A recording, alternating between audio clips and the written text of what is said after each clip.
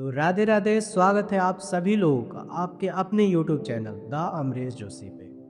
तो हम सबसे पहले समझने वाले हैं क्या है मंक मोड, इसका मतलब क्या है। तो पता है हमारे इंसिस्टर्स जो होते थे ना, जो हमारे पूर्वज होते थे, वो इसका इस्तेमाल करते थे अपने मेंटल पावर और फिजिकल पावर को बहुत अलग लेवल पर ले जाने के लिए। वो लोग मेडिटेशन करते थे, बहुत सारी ऐसे वर्कआउट करते थे जिससे हमारी शरीर का स्ट्रेंथ नेक्स्ट लेवल हो जाता था। और उन वर्कआउट के जरिए वो पेन को सहने का, अपनी फोकस को बढ़ाने के लिए यूज करते थे। और आज के तौर पे बहुत सारे ऐसे मंक हैं जो इसे फॉलो करते हैं। आप लोगों ने वीडियो में बहुत सारे ऐसे वीडियो में देखा होगा मंक ट्रेनिंग में कि वो लोग दीवार से लटके हुए हैं, या फिर उनमें भाला घुसा हुआ है और वो लटके हुए, या फिर वो आग पे चल रहे हैं, उनको दर्द नहीं हो रहा। इन सभी चीज़ों के लिए किया जाता है, आज भी किया जाता है मंक। लेकिन हम लोग अपनी वे में इसका इस्तेमाल करेंगे, हम लोग अपनी वर्क के लिए इसका इस्तेमाल करेंगे और एक नेक्स्ट लेवल कैसे ले जा सकते हैं। कि अगर हम आज की बात कर ले तो हमें थोड़ा सा भी पेन होता है तो करते हैं कि भागते हैं उस चीज़ों से। हमें थोड़ा सा भी चोट लग जाता है तो बहुत दर्द होता है, मेरे ऐसा लगता है कि हम लोग पेन सहन नहीं कर पाते। हम लोग का जो फोकस टाइमिंग है वो बहुत घट गया। हम लोग मतलब एक एवरेज बोल सकते हैं कि 10 सेकंड फोकस टाइमिंग बचा है। और ये भाई रिसर्च है, मैं ऐसा ही नहीं बोल रहा कि 10 सेकंड बचा है, 13 सेकंड बचा है। ये रिसर्च पाया जा रहा है। बहुत ज़्यादा तो ऐसा बोला जा रहा है कि 3 to 4 सेकंड बचा है। 10 सेकंड तो एवरेज ले रहा हूँ। यहाँ पे आपका क्वेश्चन आ रहा हो कि भाई ये सभी चीज़ें मुझे भी पता है, मैं भी लूज कर चुका हूँ, मेरा फोकस भी ख़त्म हो चुका है, मैं पोर एडिक्शन में फंस चुका हूँ और भी मुझे दर्द सहन नहीं होता, मैं काम नहीं कर पाता हूँ। तो इसका आंसर है कि इन सभी चीज़ों को आप वापस ला सकते हो। क्योंकि आप बचपन में देखे होंगे कि जब आप पेड़ पर से भी गिर जाते थे ना, तो उतना आपको कुछ नहीं होता था, थोड़ा सा चोट लगता था, आप दौड़ते थे 10-12 साल के जब थे तो। और ये सभी चीज़ें मैंने भी फील किया, चोट लगा हाँ ठीक है, ऐसे करके आगे बढ़ जाते थे। लेकिन हम लोग धीरे धीरे ये सभी चीज़ें लूज कर चुके हैं, तो इसे हम लोग वापस ला सकते हैं मंक मोड को फॉलो कर। लेकिन आपका सबसे बड़ा क्वेश्चन होगा वो ये होगा कि भाई ये मंक मोड में सबसे पहली चीज़ और क्या क्या चीज़ें करनी चाहिए। तो जिसमें सबसे पहला चीज़ है जो मंक मोड में आपको फॉलो करना चाहिए, वो है कंसिस्टेंसी। कोई भी काम आप लेते हो कंसिस्टेंट नहीं रह पाते हो। अगर आप बोले हो कि मैं 10 में हो, 12th में हो, कोई भी क्लास में हो, आप बोले हो कि इतना देर मैं पढ़ूंगा, आप पढ़ते ही नहीं। तो वही बोल रहा है कि कंसिस्टेंसी लाना है आपको। मतलब कि आपको अगर पढ़ना है, अगर आप टारगेट सेट किए हो कि पढ़ना, तो 10 मिनट ही पढ़ो, लेकिन पढ़ो। आपको वर्कआउट के लिए जाना है 10 मिनट के लिए जाओ, लेकिन जाओ। रनिंग जाना है 10 मिनट, जाओ। कोई भी काम करना हो 10 मिनट रूल बना लो, कोई दिक्कत नहीं, आगे नहीं करूँगा, टाइम देख करके 10 मिनट सिर्फ करूँगा। ये पहला चीज़ है जिससे हमारी कंसिस्टेंसी बिल्ड होगी। और जब आप कंसिस्टेंसी बिल्ड कर लेते हो, लेकिन उसमें एक और सबसे बड़ा प्रॉब्लम आ जाता है, वो है मल्टीटास्किंग। आप कोई भी काम करते रहते हो और उससे स्क्रॉल करते रहते हो, कहीं रील चला रहे हो तो कभी गाना सुन रहे हो तो कभी कुछ कर रहे हो। ये हो जाता है मल्टीटास्किंग। आपको लगता है कि ये भी कर लेंगे, ये भी कर लेंगे, ये भी कर लेंगे, ये भी कर लेंगे। अगर आप चाहते हो कि मैं कोडिंग भी कर लूँगा, एसईओ भी कर लूँगा, बहुत सारी चीज़ें कर लूँगा, तो ऐसा कभी नहीं होगा। हर एक आदमी सब कुछ नहीं कर सकता, ये आप सोच लो कि आप सब कुछ नहीं कर सकते हो। एक चीज़ को पकड़ो और उससे ही करना है। अगर आप एसएससी की तैयारी कर रहे हो, उसी को पकड़ो और उसी में लग जाओ। मुझे पता है भाई कि एसएससी का सिलेबस रेलवे भी कवर करता है, बहुत सारी पोर्शन होता है कि नहीं होता। रेलवे की एग्जाम में बहुत सारी चीज़ें पूछा जाता है। अगर दरोगा का तैयारी करते हो तो जीके जीएस पूछा जाता है। मैथ तो आपका इस लेवल का रहता है और पूछा इस लेवल का जाता है। तो आपको मल्टीटास्किंग नहीं करना है, आपको फोकस एक चीज़ पे लगाना है, एक एग्जाम पे लगाना है। मेरे को ये करना है तो ये करना है तो ये करना है। आप साइड बाय साइड प्रैक्टिस के लिए फॉर्म भर सकते हो। यहाँ पे एक डिस्ट्रैक्शन और आता है कि मोबाइल स्क्रॉलिंग होता रहता है। हम लोग पढ़ते भी रहते हैं, मैथ बनाते रहते हैं, इधर गाना सुनते रहते हैं, या फिर हम लोग कुछ चीज़ें पढ़ रहे हैं और इधर रील भी स्क्रॉल कर रहे हैं, क्लास चल रहा है रील स्क्रॉल कर रहे हैं। तो इन सभी चीज़ों को रोको। अगर मल्टीटास्किंग आपका नहीं रुकता है ना, तो आपका आउटपुट बहुत कम हो जाता है। इसीलिए आपको मल्टीटास्किंग रोकना बहुत ज़रूरी है। इसे कैसे ओवरकम करेंगे हम लोग आगे चल के अभी बात करने वाले, लेकिन उससे पहले और भी ज़्यादा ज़रूरी चीज़ है, वो है टाइम मैनेजमेंट। आप जैसे ही टाइम मैनेजमेंट करना स्टार्ट कर लेते हो, सपोज दैट आपको कोई बस सिलेबस पढ़ना है, जैसे कि आपको फिजिक्स पढ़ना है, केमिस्ट्री पढ़ना है, या फिर आपको जीके जीएस मैथ बनाना है, तो इन सभी चीज़ों में आप फोकस करो कि 1 आवर जो है ना, वो 1 आवर मैं मैथ को दूंगा और उतना टाइम तक मैं कुछ भी नहीं करने वाला हूँ, सिर्फ पूरा का पूरा फोकस मेरा मैथ पे ही रहेगा। ये होता है मल्टीटास्किंग को कंट्रोल भी कर लेगा और आपका टाइम भी मैनेज हो जाए। हम लोग अभी क्या करते हैं कि कोई भी चीज़ करते जाते हैं, मतलब क्या कर रहे हो, मैथ बना रहा हो, क्या कर रहे हो, मैथ बना रहा हो, और इंग्लिश जीके वगैरह कहाँ जाएगा पता नहीं, उसके लिए टाइम ही नहीं बचा, लेट हो जाता है, उसके बाद हम लोग सो जाते हैं। तो ये होता है टाइम मैनेजमेंट का बेनिफिट कि आपको पता होगा कि आप जिम कै बजे जाने वाले हो, ये सब्जेक्ट कितने बजे पढ़ने वाले हो और दूसरा सब्जेक्ट कितने बजे पढ़ने वाले हो। सारी चीज़ों का एक शेड्यूल होगा, एक सिस्टम होगा आपके पास। और अगर आप सिस्टम फॉलो नहीं करते हो तो आप बहुत जल्दी थक जाते हो मल्टीटास्किंग करते हुए, आपका टाइम मैनेजमेंट नहीं होता। और वहीं पे हम लोग आगे चल के हम लोग बात करने वाले हैं कि भैया इन सभी चीज़ों के लिए हमारा क्या और चीज़ें क्या हम ऐड करें कि ये सभी चीज़ें ऑटोमेटिकली फिक्स होते चली जाए। तो वो है रीसेट योर माइंड। अपनी माइंड को रीवायर कर लो। हमारा माइंड को आदत लग चुका है कि कोई भी काम करते हुए रील देखना, कहीं पे हम खड़े हैं तो स्क्रॉल करना, ये हमारे दिमाग को आदत लग चुका है पहले से। बहुत दिनों से हम ये चीज़ें करते आ रहे हैं, हमें पता भी नहीं चल रहा। इसके लिए मैं तुम्हें एक एक्सरसाइज बताने वाला हूँ जो तुम्हारा फोकस को बढ़ाएगा। वो है त्राटक। त्राटक करते कैसे, तो तुम एक हाथ पे कैंडल ले सकते हो, हाथ पे नहीं रखना है, वो जल जाएगी। मतलब सामने आपको कैंडल रख देना 5 मीटर, 5 फीट या 10 फीट की दूरी पे, मीटर नहीं, और वहाँ पे फोकस आपको क्या करना है ना, कि वो कैंडल जलता रहेगा तो उसमें फोकस करना। आपको बिना आई ब्लिंक किए ऐसा फोकस करना, एकदम चुपचाप सिर्फ उसी को देखना। और उसके बाद आंख बंद करने के बाद आपको विजुलाइज करना है कि वो जल रहा है, मेरे पटल पे आ रहा है यहाँ पे कि नहीं। अपने आई पे बनाना कि आप बंद भी किए हुए हो तो वो चीज़ आपको दिख रहा है फिर से। ये होता है त्राटक। दूसरा जो आप चीज़ें कर सकते हो फोकस बढ़ाने के लिए, अपने आप को काम रखने के लिए, डिसिप्लिन करने के लिए, वो होता है मेडिटेशन। अब भाई बहुत सारे लोग आप लोग होंगे जो बैठ के सांस ले रहे हैं, ओम कर रहे हैं, बहुत सारी चीज़ें कर रहे हैं। तो आपको इतना सारा चीज़ें नहीं करना। आप एक चीज़ें करो कि आप एक बार सांस अंदर खींचो और उसे होल्ड करो जितना देर हो सके। 1 मिनट हो सके, 1.5 मिनट हो सके, 2 मिनट हो सके।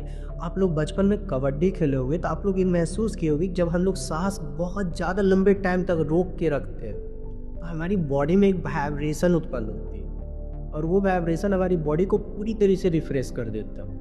तो ये चीज़ें आप ट्राई करके देखो, बाद में छोड़ देना। जब जितना तक आपको होल्ड हो सके, आपको लगे कि इतना तक मैं होल्ड कर सकता हूँ, 1.5 मिनट तो 1.5 मिनट, आप अपने आप को होल्ड करके देखना एक बार। अगली चीज़ जो आप कर सकते हो वो मेडिटेशन में शामिल होता है। बोले तो 4 सेकंड में आप इनहेल करोगे, 4 सेकंड होल्ड करोगे और फिर से एक्सहेल करोगे 4 सेकंड, वो भी धीरे धीरे। 4 सेकंड इनहेल मतलब धीरे से सांस खींचे 4 सेकंड में, फिर होल्ड किए 4 सेकंड, फिर छोड़े 4 सेकंड में। छोड़ना है मुंह से, सांस लेना है नाक से। ऐसा आप कर सकते हैं। इसमें आपका क्या होगा, तो फोकस आपको बहुत ज़्यादा बढ़ेगा, आपको बहुत आराम मिलेगा, कंफर्टेबल सिचुएशन में आप रहोगे कि हाँ मैं इन सभी चीज़ों को कर सकता हूँ। अगर आप इन सभी चीज़ों में कुछ भी नहीं करना चाहते हो तो एक चीज़ आप कर सकते हो, नाम जाप। हाँ, जो बहुत ज़्यादा इफ़ेक्टिव है। आप 10 मिनट 15 मिनट जब भी टाइम मिले आप नाम जाप कर सकते हो। आपको पता है कि नाम जाप कैसे किया जाता है, आप बहुत सारे, क्योंकि वीडियो बहुत सारी वायरल है ये सभी चीज़ें, तो आप वो करके ट्राई करके देखो। क्योंकि जब मेरे पास टाइम नहीं होता ये सभी चीज़ें करने के लिए, तो मैं वही करता हूँ। जब भी मैं बैठता हूँ नाम जाप करते रहता हूँ तो मेरे को बहुत रिलैक्स मिलता है। तो आप भी ये ट्राई कर सकते हो। मैं पर्सनली ये करता हूँ और मेरे को ये सारी चीज़ें मिलती है, रिलैक्सेशन मिलती है। मैं प्रीवियस वीडियो में भी दिखा चुका हूँ कि नाम जप कैसे करते हैं वगैरह वगैरह। तो आप प्लीज़ करो। अगर नहीं होता है तो आप एक काउंटर ले लो जिसमें आप काउंट कर करके कर सकते हो। ये तो आप माला ले सकते हो, कुछ भी आप कैसे भी करो लेकिन करो ये चीज़। और अगला चीज़ है जो है इन्वायरमेंट। हमारा जो इन्वायरमेंट है उसे चेंज करना। इतना सारा चीज़ें जो मैंने बताया ना, अगर तुम इन्वायरमेंट को चेंज नहीं कर पाए तो ये सारी चीज़ें तुम्हें फॉलो नहीं होगी। आज से बहुत पहले भी तुम मंक मोड स्टार्ट किए होगे, विंटर आर्क स्टार्ट किए होगे और भी बहुत सारी चीज़ें स्टार्ट की होगी, लेकिन वो सभी के सभी टूट गया होगा। मुझे पता है सभी चीज़ें। मेरे बहुत सारे फ्रेंड ऐसे रहे या फिर मेरे स्टूडेंट ऐसे रहे जो स्टार्ट किया उनका टूट जाता, 2 दिन 3 दिन पढ़ते उसके बाद छोड़ देते। ये चीज़ें मुझे पता है। तो प्लीज़ आप अपना जो इन्वायरमेंट है ना उसे क्लीन रखो। अब इन्वायरमेंट क्लीन रखने का मतलब क्या है कि आपका जो फ्रेंड सर्कल है, सबसे पहले उसमें छटैया शुरू कर दो भाई। छटैया डैट मीन्स उनको हटाओ। वो फ्रेंड जो आपके लिए अनफेवरेबल है, अनफेवरेबल कैसे हो? अगर आप उनसे मिलते हो वो बिजनेस का ना बात करके, ग्रोथ का बात ना करके, सिर्फ आपसे क्या बात करते हैं, लड़की उसकी गर्लफ्रेंड वो देखो कैसी है वगैरह, ये सभी चीज़ें बात करते हैं। क्योंकि मुझे पता है बॉय का 3 से 4 टॉपिक पे बहुत लंबे टाइम तक चलता है डिस्कशन। तो जो फालतू का बकवास करते हैं, जिन्हें लगता है कि आप उनसे मिलते हो उसके बाद आपका माइंड नेगेटिव हो जाता है बहुत ज़्यादा, तो उनसे दूर हो जाओ। ये सबसे पहला काम हुआ। दूसरा काम हुआ अपने माँ से, मदर से थोड़ा सा सेपरेट हो जाओ। अब बोलोगे भाई ये मदर से क्यों सेपरेट होना है? वो तो हमारे लिए बहुत अच्छी होती है। हाँ, मुझे भी पता है कि वो आपके लिए बहुत अच्छी होती है, लेकिन वो अच्छाई हमारे लिए, हम लड़कों के लिए बहुत ज़्यादा दिक्कत क्रिएट करता है, उत्पन्न करता है। बोलोगे भैया ये कैसे? तो देखो, अगर हम लोग क्या है ना कि जो बॉय है, मैं खुद भी बता रहा हूँ कि अपनी मदर से बहुत ज़्यादा कनेक्टेड होते हैं। वो जो बोलती है उसे हम लोग करना चाहते हैं, उनको खुश रखना चाहते हैं। लेकिन क्या उनका वो नॉलेज लेवल है, वो हमेशा हमारी भलाई चाहते हैं, नो डाउट। लेकिन क्या उनका वो नॉलेज लेवल है कि हाँ मेरा बेटा यहाँ तक रहे? वो कभी चाहते हैं कि तुम दर्द झेलो? नहीं चाहते। इसीलिए मैं बोल रहा हूँ कि उनसे दूर रहो ताकि तुम पेन झेल पाओगे। नहीं तो जो उनकी फेमिनिज्म एनर्जी होगी तुम्हें बोलेगी ये सभी चीज़ें क्यों करना। अगर तुमको छोटा सा चोट लग जाता है, तुम बाप के पास जाते हो तो वो बोलता है ठीक है छोटा सा चोट है, लेकिन मदर के पास जाते हो तो उनमें मलहम पट्टी बहुत सारी चीज़ें करते हैं। इसीलिए करते हैं क्योंकि तुम उनके लिए बहुत प्यारे हो, तुमको कष्ट में वो नहीं देखना चाहती इसलिए करते हैं। तो तुमको उनसे थोड़ा-सा डिस्टेंस बनाकर, ऐसा नहीं जाके घर में बोल दो मम्मी आज से तुम्हारा मेरा रिश्ता ख़त्म, ऐसा नहीं बोलना। हाँ, एक डिस्टेंस मैटर करो कि हाँ, सारी चीज़ें शेयर नहीं करनी है अपनी, सारी की सारी बातें। बहुत सारे लड़के ऐसे बच्चे हैं जो सारी बातें बताते हैं कि ऐसा-ऐसा हुआ, बेस्ट फ्रेंड की तरह, फीमेल बेस्ट फ्रेंड की तरह। तो फीमेल बेस्ट फ्रेंड की तरह नहीं बनाना उनको, एक मदर की तरह ट्रीट करना। वो हमें अनकंडीशनली लव देते हैं और हम लोग ऐसा सेपरेट करने लगते हैं ना कि कोई बाहर भी हमें मिले और अनकंडीशनली लव दे, तो ऐसा नहीं होगा। इसीलिए इन चीज़ों को फॉलो करने से पहले ये ज़रूर करना है तुमको। और क्या करना है इन्वायरमेंट क्लीन में? तो और ये सभी चीज़ें करना है कि आपको ना तो किसी की बुराई करना है, ना ही अच्छाई करना है। अगर कोई पर्सन आपके पास बुराई कर भी रहा है तो कोई ना कोई बात करके, कोई ना कोई चीज़ें बता करके उसे टाल दो। ऐसा करो कि वो दूसरे टॉपिक पे शिफ्ट हो जाए। टॉपिक को कंट्रोल तुम सिचुएशन को, कि हाँ अगर उसकी बुराई करें तो हम ये चीज़ें करके हम उस पे शिफ्ट हो जाएंगे दूसरे टॉपिक पे जो पर्सनल बिल्डिंग का हो वगैरह चीज़ें। आप ये सब चीज़ें कर सकते हो। ये चीज़ें धीरे धीरे आपको पता चलेगा कि हम लोग कैसे शिफ्ट हो सकते हैं। और नहीं शिफ्ट कर पा रहे हो तो डिस्टेंस बना लो कि ठीक है ये पर्सन ऐसा है कि ये हमेशा नेगेटिव बातें करता है, तो मैं इनसे क्या रहूँगा, दूर रहूँगा। सेम सिचुएशन आपको भी नहीं किसी की बुराई करना है किसी के पास। कोई भी आपके साथ बहुत गंदा भी करता है ना, कोई दिक्कत नहीं।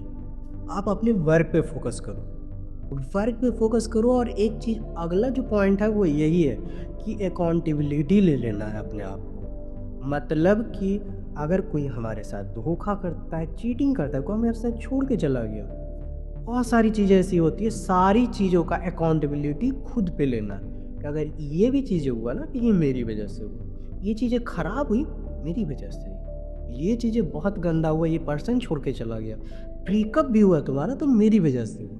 ये चीज़ें ले लो, खुद पे ले लो। उसके बाद देखो कि क्या हाँ कहाँ फॉल्ट रह गया मेरे से। तुमको दिखेगा कि हाँ, एक्सेप्ट जैसे ही करोगे ना दिखेगा कि हाँ यहाँ यहाँ फॉल्ट किए। हम ह्यूमन बीइंग का सबसे बड़ा जो नेचर होता है ना, हम लोग टाल देते हैं कि उसकी वजह से ये हुआ। ऐसा हम लोग बहुत ज़्यादा देखते हैं और इसमें हम लोग ये चीज़ें भी गलत कर देते हैं कि जो बंदा हमारे लिए अच्छा भी चाह रहा होता है उसको भी हम ब्लेम कर देते हैं। जो बहुत ज़्यादा दिक्कत होता है, जो हमारे लिए फेवरेबल होता है उनको ब्लेम कर देते हैं और वो दूर चले जाते हैं बाद में।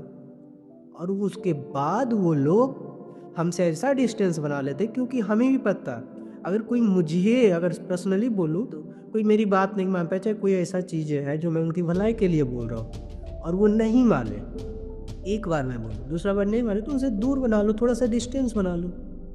बातों बातों में बोलो, लेकिन पर्सनली वैसा अटैच मत रहो कि हाँ वो चीज़ें करेंगे ही वो सामने वाला पर्सन। ऐसा अटैचमेंट नहीं रखो। अगर अटैचमेंट रखोगे तो यहाँ पे भी हर्ट होगा तुमको। ये सारी चीज़ें मैं पर्सनली भी कर चुका हूँ। बहुत सारे बच्चे ऐसे थे जिनको मैं सोचा कि सुधारूँ, ये सभी चीज़ें करूँ, लेकिन नहीं, ये सभी चीज़ें आपको भी नहीं करना है, मिस्टेक नहीं करना है इन सभी चीज़ों। और अकाउंटेबिलिटी खुद लेना। मैंने अकाउंटेबिलिटी खुद ले लिया कि हाँ अगर वो बच्चा नहीं सुधरा मेरी वजह से हो सकता है नहीं सुधरा हो, मेरे में ही कोई फॉल्ट हो, शायद मेरे को नॉलेज देने में या फिर जो चीज़ें मैं ज़्यादा फ्रैंकली हो गया, ये सभी चीज़ों के कारण वो लोग नहीं सुधर पा रहे। ऐसा भी हो सकता है ना, ज़रूरी थोड़ी ना कि उनकी गलती है। तो उन सभी चीज़ों को मैं सुधार करके आप लोगों के साथ शेयर कर रहा हूँ। अगर आप लोगों में मिलते बहुत सारे ऐसे लोग होंगे जो खुद पे काम करेंगे, बहुत सारे लोग ऐसे होंगे जो ना काम नहीं करेंगे। अब इतनी सारी मैंने बातें बताई, इसमें मात्र 1% लोग होंगे जो यहाँ तक देखे होंगे वीडियो, और 1% लोग में ही जो बहुत टॉप 1% जाएंगे ना पीपल में, वो यही 1% लोग ही बनेंगे। बाकी लोग सिर्फ भीड़ है, मेरे व्यूअर्स ही बढ़ाने वाले हैं और कुछ नहीं। ये मैं ओपनली बोलता हूँ, ऐसा नहीं है कि भैया मेरे को फ़िल्टर लगा के बोल रहे हैं, ऐसा नहीं, ये रियलिटी है। तो आप अकाउंटेबिलिटी लो, खुद का अकाउंटेबिलिटी लो कि जो भी चीज़ें मेरे साथ बुरा हुआ, जो मैं मेरे साथ बुरा फील कर रहा हूँ, उसकी वजह मैं खुद हूँ। आज मैं जिस सिचुएशन में हूँ उस मेरे पास्ट कर्मा है, जो मैंने गलत किया उसका जो मुझे फल मिल रहा। ये सभी चीज़ें आप लो। जैसे ही आप ये सभी चीज़ें लोगे तो ही आप इसे क्या कर पाओगे, सुधार पाओगे, नहीं तो आप एक इग्नोरेंस में चले जाओ। और हमारा जो अगला पॉइंट है वो है गोल को क्या रखो, क्लियर रखो। एकदम क्लियर विजन में रखो कि ये चीज़ मुझे करना। आपका क्लियर विजन होना चाहिए कि मेरे को एसएससी करना करना, यूट्यूब करना करना, बिजनेस करना करना। ये क्लियर विजन रखो। उसके बाद बनाओ एक लिस्ट बनाओ कि इनको पाने के लिए मेरे को क्या क्या चीज़ें करना। मार्केटिंग सीखनी पड़ेगी, सीखूंगा, कोडिंग सीखूंगा, मैथ हिंदी इंग्लिश पढ़ना पड़ेगा, पढ़ूंगा। ऐसा बनो।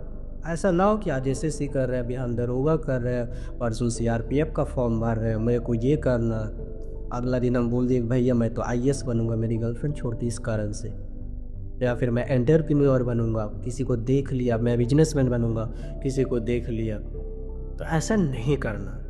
मल्टीपल टाइम अपने आप को स्विच नहीं करना। एक क्लियर गोल बनाओ और उस पर झोंक दो, अपना 100 नहीं 1000% दो, क्योंकि आज 100% सब लोग दे रहे हैं, आपको अपना 1000% देना होगा। और 1000% कैसे दोगे, यही अगला टॉपिक है कि फोकस आवर रखो। बोले तो जिसे हम लोग बोल सकते हैं गाइडेड आवर, गाइडेड वर्क जिसे बोलते हैं लोग, गाइडेड मेडिटेशन का नाम दिए, मैं मेरे लिए एक गाइडेड वर्क होता है। बोले तो 4 आवर एक ऐसा शेड्यूल बताओ 4 आवर का तुम्हारा सबसे इम्पोर्टेंट काम रहे और उसमें डिस्टरबेंस जीरो, मतलब डिस्टरबेंस हो ही ना। मोबाइल को ऑफ कर दो, सिर्फ वो काम रहे और तुम रहो और करना 4 आवर तक कंटिन्यूसली किए जा रहे, एकदम फोकस, गाइडेड फोकस के साथ कि हाँ मेरे को यही करना, यही करना, यही करना, यही करना। उसके बाद देखो तुम्हारा जो आउटपुट निकलेगा ना, वो 4 आवर तुमको 12 आवर का आउटपुट देगा, ये मेरी गारंटी है, ये मैं खुद पर्सनली फॉलो करता हूँ। अब जो हमारा मेन क्वेश्चन है, क्वेश्चन ये है कि भैया क्या सारे लोग इसे फॉलो कर पाएंगे? तो आंसर है नहीं। ऑलमोस्ट 80% लोग जिनका अटेंशन टाइम कम था वो लोग जा चुके हैं। 20% जो बचे हुए हो वो आफ्टर वीडियो देखने के बाद इसे बंद कर दोगे और तुम लोग भी भूल जाओगे कि कोई वीडियो देखा था। 10% लोग जो हो वो एक्शन लोगे, लिखोगे कि मेरे को ये चीज़ें करनी है, भैया ने ये चीज़ें सिखाया है कि ऐसे ऐसे करना है। अपने हिसाब से एक शेड्यूल बनाओगे, तो मुझे पता है अपने हिसाब से बनाओगे कि मैं एसएससी का कर रहा हूँ तो एसएससी का बनाता हूँ, मैं यूपीएससी कर रहा हूँ तो यूपीएससी बनाता हूँ। कुछ भी चीज़ें मेरे को सेल्फ इम्प्रूवमेंट करना है तो मैं ये चीज़ें बनाया। चीज़ें बनाओगे, तुम लिस्ट करोगे, लेकिन तुम उससे भी भूल जाओ। 5% लोग बचेंगे, 5% लोगों में से वो लोग फॉलो करना स्टार्ट करेंगे और उनको जब प्रॉब्लम आना शुरू होगा ना भी 2% जो लोग होंगे वो लोग छोड़ देंगे, अरे यार क्या रखा है इसमें, क्यों फॉलो करना, कल से कर लेंगे, परसों से कर लेंगे। और धीरे धीरे से डिले करते करते टाइम भूल जाए, हाँ होता ही नहीं है, छोड़ दो। अब बचे 3% लोग। 3% लोग फॉलो करेंगे, सीरियसली फॉलो करेंगे। लेकिन जब आगे 10 दिन 15 दिन हो जाएगा तो उसमें 2% लोग ऐसे होंगे जिनको बहुत ज़्यादा प्रॉब्लम आने लगेगा। क्यों आने लगेगा? क्योंकि वो ऐसा कभी किए नहीं होंगे तो प्रॉब्लम आने लगेगा। उनको ऐसा फेस हुआ कि क्या इन सभी चीज़ों से मेरी लाइफ बदल भी रही है और ज़्यादा गंदी हो चुकी है, मैं डिप्रेशन में जा रहा हूँ, मेरे ओवर थिंकिंग बढ़ गया है, मेरे को दर्द होता है, मेरे को नींद आता है, सिर दर्द हो रहा है, फीवर आ रहा है, ये सभी चीज़ें आ रहे हैं। तो ऐसा फील होने लगेगा और वो लोग छोड़ देंगे। बचे 1% लोग जो तुम लोग रहोगे। हाँ, मैं क्लियरली बता दूं कि 1% में तुम लोग ही रहोगे और तुम लोग कर सको। 1% लोग ही फॉलो कर पाते हैं इंस्टेंटली।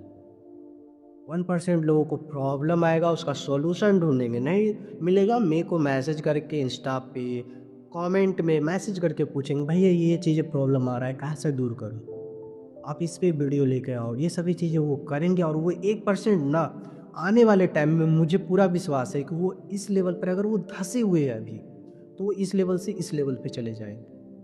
और बात कर लेते हैं इन्हें कितने दिनों तक फॉलो करना चाहिए। तो आप में से जो लोग बहुत लंबे समय तक इनडिसिप्लिन हो, मतलब आप कुछ भी कर ही नहीं रहे हो, आप अपने गोल पे कुछ भी डिसाइड ही नहीं किए हो, तो आप लोग कंटिन्यूअसली 1 ईयर कर सकते हो। 365 डे आप लोग कंटिन्यूअसली मंक नोट को फॉलो कर सकते हो।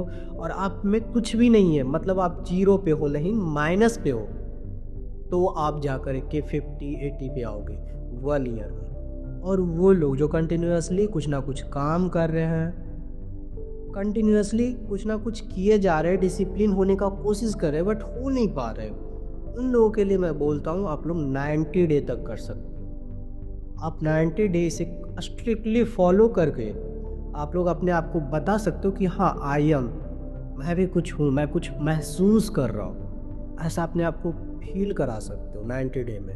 और 90 डे में इतना मैं गारंटी देता हूँ कि आज आप 20-10 पे होगे, उस टाइम आप 80 के आसपास होगे, 80-90 के आसपास चले जाओगे। आपका कॉन्फिडेंस बहुत हाई होगा, आपका नॉलेज धीरे धीरे बहुत गेन कर चुके होगे, आप बहुत सारी चीज़ें डिसिप्लिन की चीज़ें यूट्यूब पर देखोगे, जो गंदी चीज़ें देख रहे हो वो चीज़ें बंद हो जाएगी आप। और बच गई वो जो ऑलरेडी बहुत हार्ड वर्किंग है, अपना 100% दे रहे हैं, उन लोगों के लिए सिर्फ 21 डेज। हाँ, 21 डे आप फॉलो करो स्ट्रिक्टली। मतलब मुझे पता है कि आप बहुत ज़्यादा स्ट्रिक्ट हो, जो लोग मेरे जैसे हैं, मतलब अपने आप को काम करे, तबीयत ख़राब है काम करे, अभी तबीयत ख़राब है मेरी, मैं रिकॉर्डिंग कर रहा हूँ क्योंकि मुझे पता है संडे को डालना है वीडियो। ऑलमोस्ट 1.5 मंथ से तबीयत ख़राब ही चलता है, सर्दी है, खांसी है, सभी चीज़ें, बुखार आता है, लेकिन मैं काम किए ही जा रहा हूँ। ऐसे लोग, जो भी ऐसे जितने लोग हैं, उनको 21 डेज काफ़ी होगा। आप 100 पे हो ना, तो आप 200 प्लस जाओगे। अब लोग बोलेंगे भाई ये 200 प्लस कैसे चला जाएगा, क्योंकि इनको सारा चीज़ें पहले से पता है, सारा चीज़ें पता है कि कैसे प्लानिंग किया जाता है, कैसे डेट बनाया जाता है, कैसे शेड्यूल प्लानिंग किया जाता है, उनका रूटीन कैसे प्लान हो, वो अपने आप को ऑप्टिमाइज कैसे करे कि वो ज़्यादा से ज़्यादा वर्क कर सके, ये सभी चीज़ें इनको पता है। इसीलिए ज़्यादा एफिशिएंसी के साथ वर्क कर पाएंगे।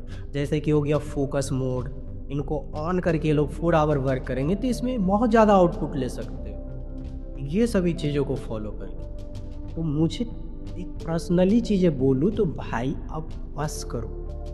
कब तक ऐसे लग रहोगे यार, जो लोग मतलब कुछ भी नहीं कर रहे उनके लिए, और जो लोग बार बार ब्रेक कर रहे हैं, मैं उनके लिए बोल रहा हूँ कि भाई अब बस कर दो। कब तक आप ऐसे लगे रहोगे? कब तक आप सिर्फ ये सोचते रहोगे कि मेरे को ये करना है, मेरे अपमान का बदला लेना है, उसने मेरे साथ वो कर दिया उसका बदला लेना, मैं बड़ा आदमी बन के दिखाऊंगा, वो छोड़ के चली गई उसका बदला लेना। कब तक ये सभी चीज़ें ओवर थिंकिंग में फंसे रहोगे? कब तक बॉय माइंडसेट में रहोगे? अपने आप को मैन बनाओ। और आने वाले वीडियो में हमें बता दो कि हम लोग बात करने वाले हैं बॉय टू मैन पे, उसका भी बहुत सारी रीज़न है, तो तुम लोग कमेंट करके बताना कि लाना या नहीं लाना। तो ये चीज़ें मैं तुमसे ही पूछ रहा हूँ कि कब तक करोगे ऐसा? कब तक खुद को ये बोलते रहोगे कि मुझ होगा? नहीं तो मैं करना जो चाह रहा हूँ, मैं करना चाह रहा हूँ लेकिन नहीं कर पा रहा हूँ, कब तक? तक यार, हमेशा सोचो, कभी ना कभी तो सोचो। ये मैं तुमको एक चीज़ बता देता हूँ, जो मैं पर्सनली आज भी मैं करता हूँ, कि तुम ये सोच लो कि तुम्हारे माता-पिता के पास टाइम नहीं है। कितना टाइम है उनको? ज़्यादा से ज़्यादा 10-20 विंटर है, 10-20 समर है। इससे ज़्यादा तो नहीं होगा उनके पास। और इसी में तुमको उनको बहुत खुशियाँ देनी है, जो उन्होंने मेहनत किया तुम्हें बड़ा करने में, हार्ड वर्क किया तुम्हारे लिए, तुमको वो देना होगा। और मुझे भरोसा है कि तुम उससे बहुत सारी चीज़ें उनको दोगे, ये मुझे पूरा विश्वास है। मुझे विश्वास है कि तुम लोग करोगे। तो कोई ना, मिलते हैं नेक्स्ट वीडियो में, तब तक के लिए राधे राधे।